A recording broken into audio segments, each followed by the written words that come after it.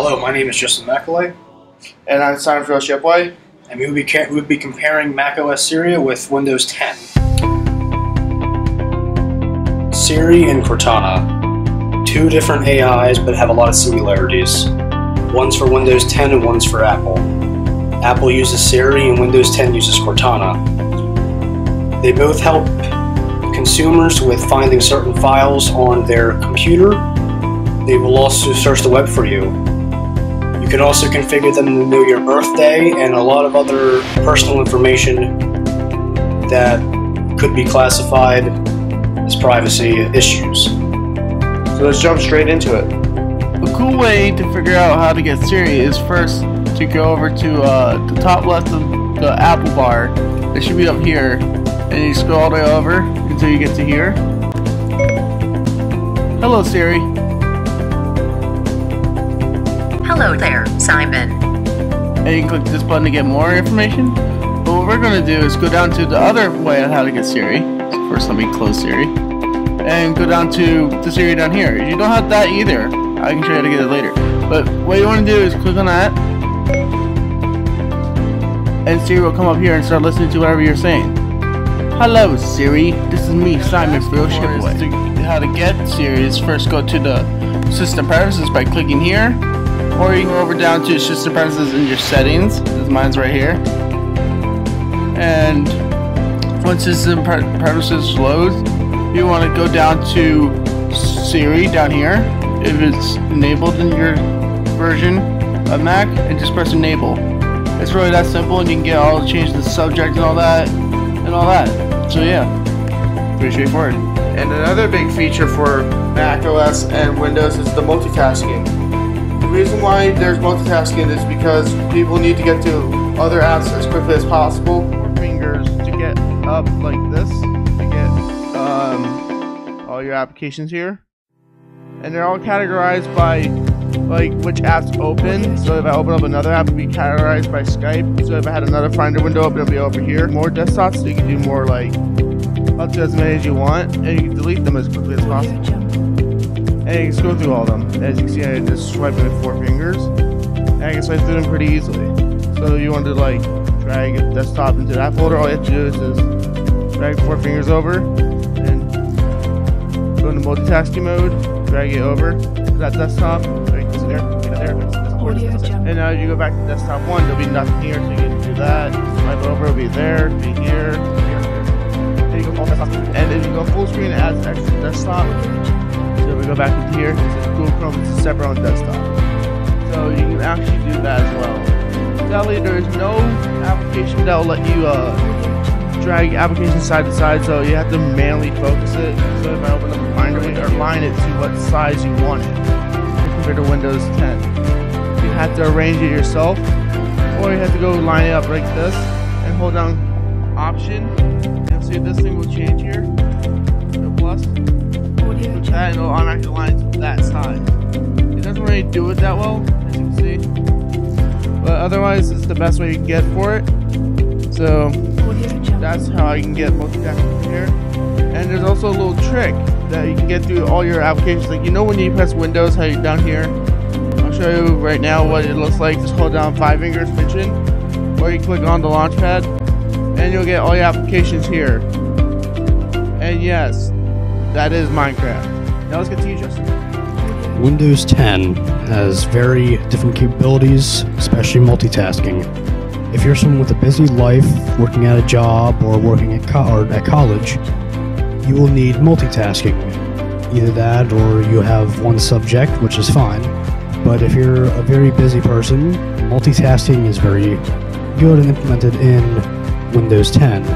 If you want to multitask and you don't know how to, or you simply don't know how to make a foregrid, all you really have to do is click what you want and drag it to a corner. You can either drag it to a corner to have it like this, or you can simply drag it to the very left side or right and make it a very big one. This is very good for businesses or people with a lot of work, because multitasking is very hard if you really can't have both subjects up at once, or you need dual monitors for it. And if you don't have the money for dual monitors, then this will work just as good. So one of the bad things though about this is if you have a very small monitor, you'll end up with a 4-grid like this, which really isn't good, because then they just keep getting smaller and smaller, and they do not get any bigger than this, and it's just a pain. It's an eyesight issue as well. It'll strain your eyes most likely if you try and work like this. So do yourself a good favor and never use 4-grid on a small monitor. You mostly just want to use 2x2. Simply like that. So what are the prices like? Well, the prices is dependent on your taste. Usually a Mac computer goes over $1,000, and a genuine good PC will be under $500. As you can see with the multitasking I talked about earlier, I will have 2 web browsers up showing off a good Mac computer. Well, wouldn't really say good, it's more like only used for art design mostly, and they cost mostly $1,000 at any store from Best Buy to Apple stores. And then you look over here, and this is from the Office Depot, and it's just under $500, and the hardware you get is a lot more usable than what you would get with a $1,000 Mac. And because of this, you would rather go for this if you're a gamer, but if you're an art designer, you would want to pay the extra cost, because if Simon went over it, it does have a better video recorder, and businesses that use art design mostly use Macs other than PCs. So does Windows actually have a recorder for your screen? Well, that would depend, because as of right now, I am using a free screen recorder that you had to download on Chrome, which is not a very good one, but it's not as bad as, well, a freeloader one that has plenty of viruses.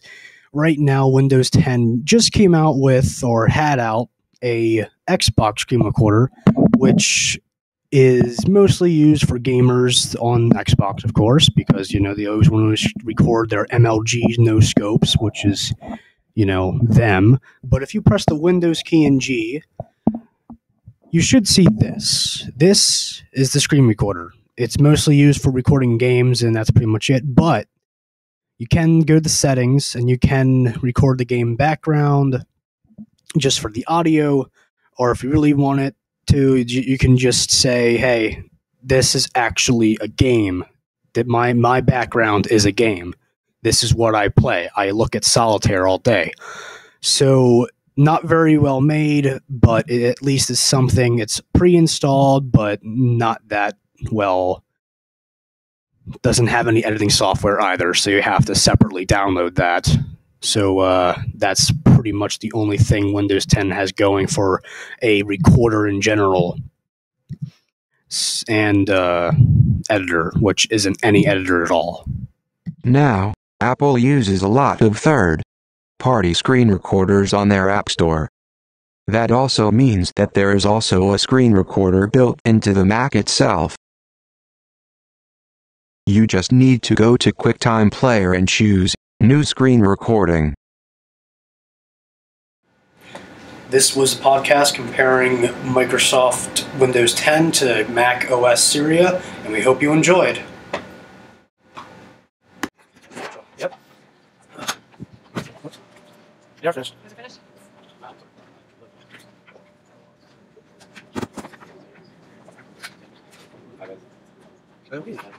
Yes, I'm recording the video. Yep.